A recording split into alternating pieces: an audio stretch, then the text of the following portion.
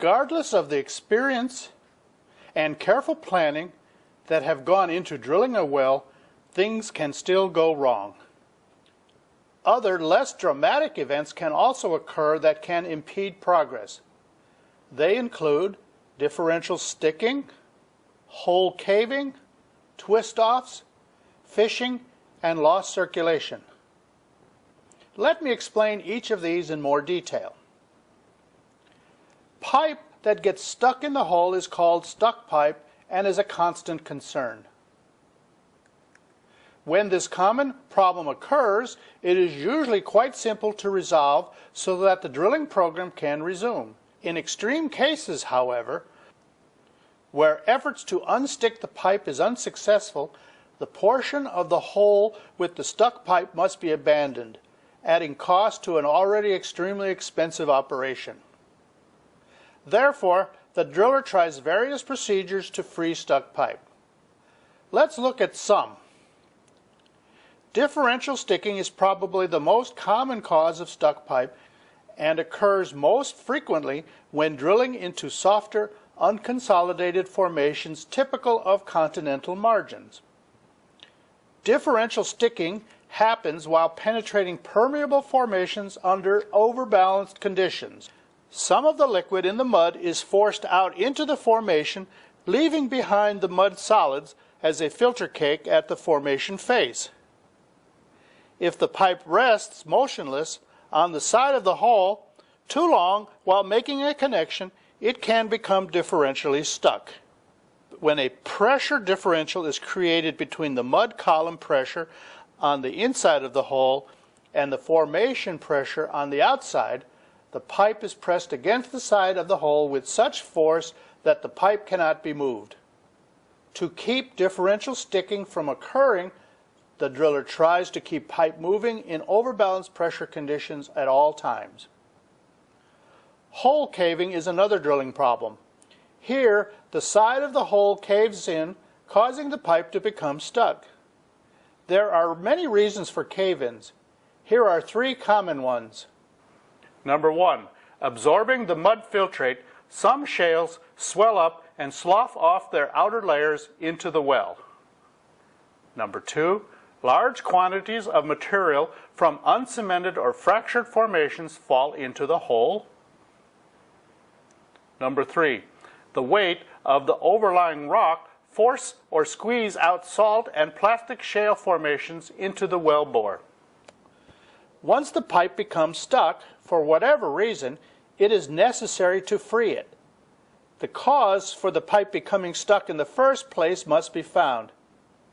If the pipe is differentially stuck, then the first approach would be to reduce the weight of the mud and eliminate the overbalance. Of course, this is only possible if there are no concerns about a permeable zone kicking. If reducing the mud weight and eliminating the overbalance is not possible, then another approach might be tried. Here, if mud circulation is still possible, then a few barrels of refined oil or mud cake solvent might be circulated down the pipe and then up the annulus until it's over the stuck area. Thus, by keeping the tension and torque on the pipe with this fluid, it may be enough to free the stuck pipe. If this approach fails, it may be time to run a free point indicator down the drill string by wireline. In this approach, tension is pulled on the drill string while the free point indicator locates the point below which the pipe is not in tension. Identifying exactly the spot below which the pipe is not in tension as the place where the pipe is stuck allows for a light explosive to be run down the inside of the drill pipe and detonated immediately above the free point. Hoping that the explosion will rattle loose a coupling so that it can be unscrewed, the string is then carefully rotated counterclockwise in an attempt to break the rattled coupling. Once unscrewed, the string is pulled out, leaving the fish or bit and the stuck part of the drill pipe still in the hole. The drill string is then reinserted with a set of jars or devices that deliver sharp blows. Once in place, the jars are activated, sometimes repeatedly, delivering downward hammer blows to the stuck pipe. In most cases, this approach is successful and the stuck pipe can be quickly dislodged and recovered. If this method fails, however, a wash pipe can be run to wash over the outside of the fish, hoping to remove the material that is causing the stick. As you can see, different procedures are tried with the hope that one of these will free the unstuck pipe, but, like I said before, if all attempts fail, then that portion of the hole with the stuck pipe will have to be abandoned.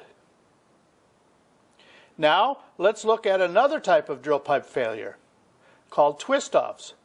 They occur from metal fatigue during routine drilling operations. If twist-offs occur, the first half of the broken pipe is brought to the surface, and then, for the piece still in the hole, it is necessary to fish it out. Let me explain. As I said, first, the movable portion of the broken pipe is brought back up to the surface so that the condition of the pipe or fish and the break can be examined and analyzed.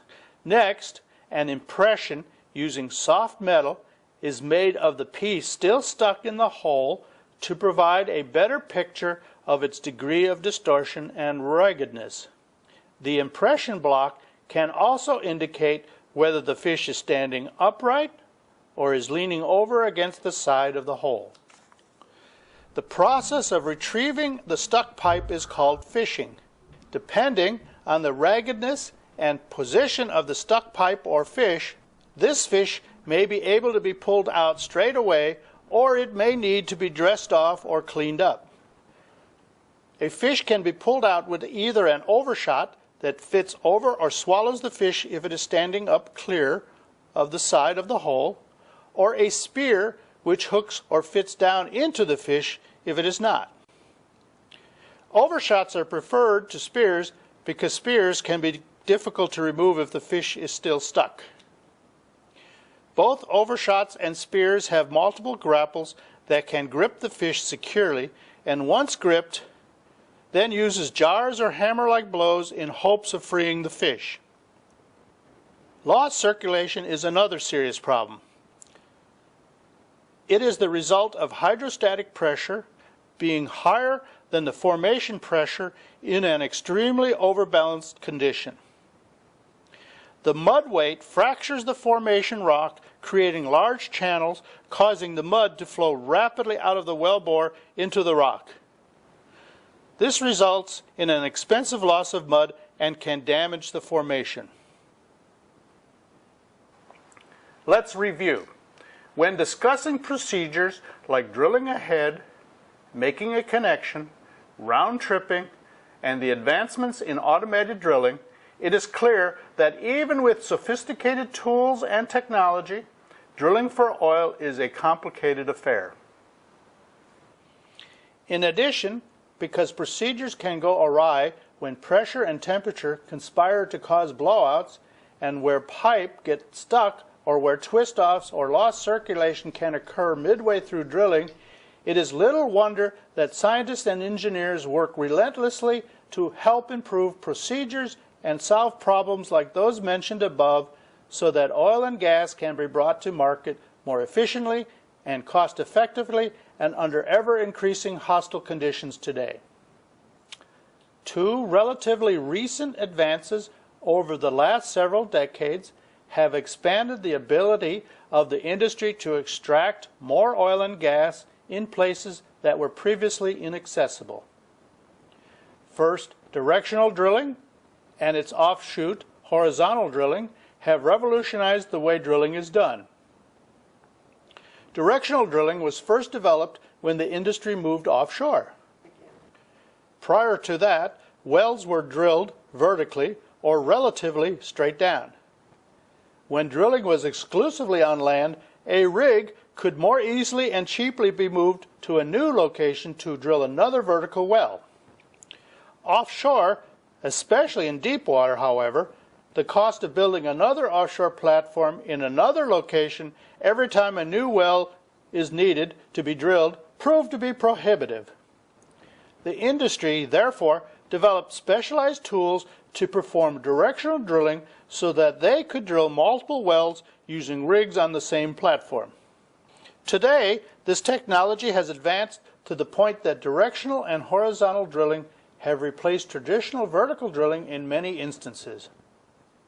Let me highlight the areas where directional drilling has proven to be most beneficial. Directional drilling has been used, number one, where vertical drilling is not possible due to above-ground restrictions imposed by mountain ranges or public parks or the presence of existing structures like buildings, dams, bridges, etc. Number two, when multiple wellheads can be grouped together in one location. Number three, when relief wells need to be drilled to relieve pressure on another well to extinguish a burning blowout. Number four, when multiple target zones must be drilled.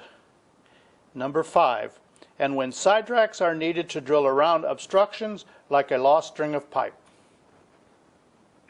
Let's look at how directional drilling is done.